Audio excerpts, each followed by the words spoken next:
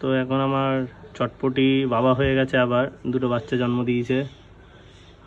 এই যে বসে আছে দুজনে মিলে একসঙ্গেই বাচ্চা নিয়ে, আর এটাও ডিম নিয়ে বসে আছে। এদেরও ডিমে আর কয়েকদিন পরে বাচ্চা ফুটে যাবে।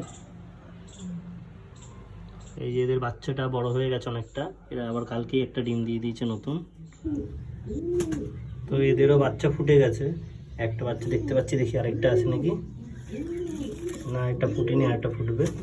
তো ভাবছি ঘরটাকে আজকে পরিষ্কার করে নিই, আজকে ওয়েদারটা ভালো আছে, আর এখন বাজে দুপুর 2টো। তো ভাবলাম যে পরিষ্কার করেই নিই আজকে। তো এই ফিমেল সেকশনের ঘরটা এখন পুরোপুরি পরিষ্কার কমপ্লিট।